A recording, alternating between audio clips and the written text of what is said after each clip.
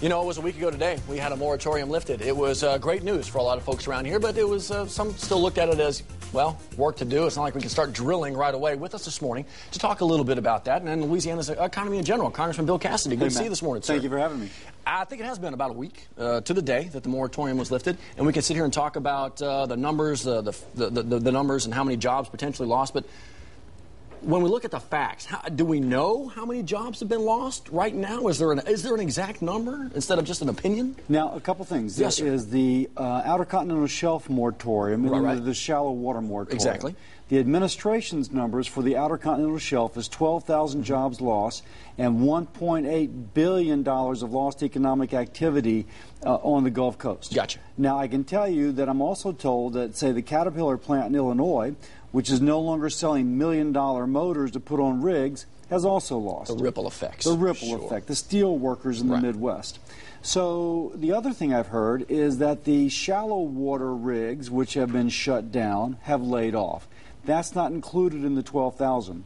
There was an article in the Wall Street Journal a week ago, a guy named Jose Gonzalez from Houston had declared bankruptcy once, got a job on a shallow water rig, and now he's laid off again and may have to declare bankruptcy again. So the shallow water effect is not included in that 12K, probably a little bit bigger than the 12,000. How many rigs did we end up leaving? Was it 5 out of the 33 deep water pulled up? Yes, and now I just saw the Houston Chronicle reported that there's a shallow water rig that is left for India. Okay. And so not only deep but also shallow. Important note, these are drilling rigs. The oil is still flowing. The production rigs are still sending in, but these are drilling rigs. But what we do know is that it's going to impact long-term energy output.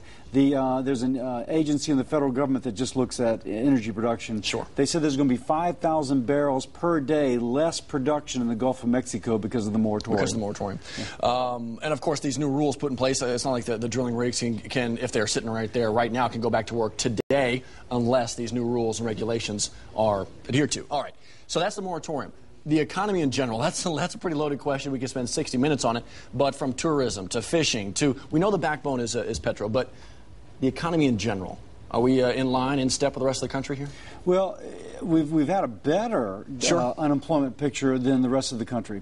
On the other hand, I don't think we can ignore the petrochemical. No, of course not. Lauren Scott said recently that with oil prices this high, the fact that Houma and Lafayette are not growing is a bad sign. Yeah. I speak to my friends who sell services or work in Lafayette, Houma. They said they've never seen Cajuns so pessimistic.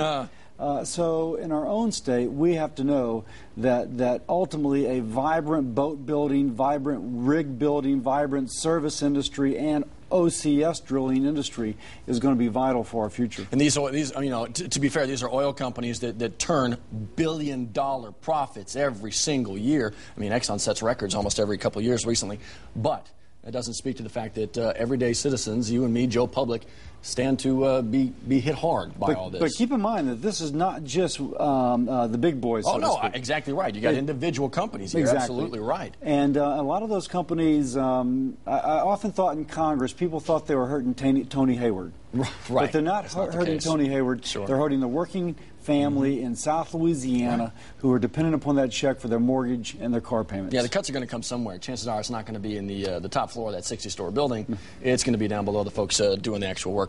Congressman Cassidy, good to see you this morning as always. I know you're busy, so we appreciate you being here. Thank you, Matt. Good to see you. 6:45.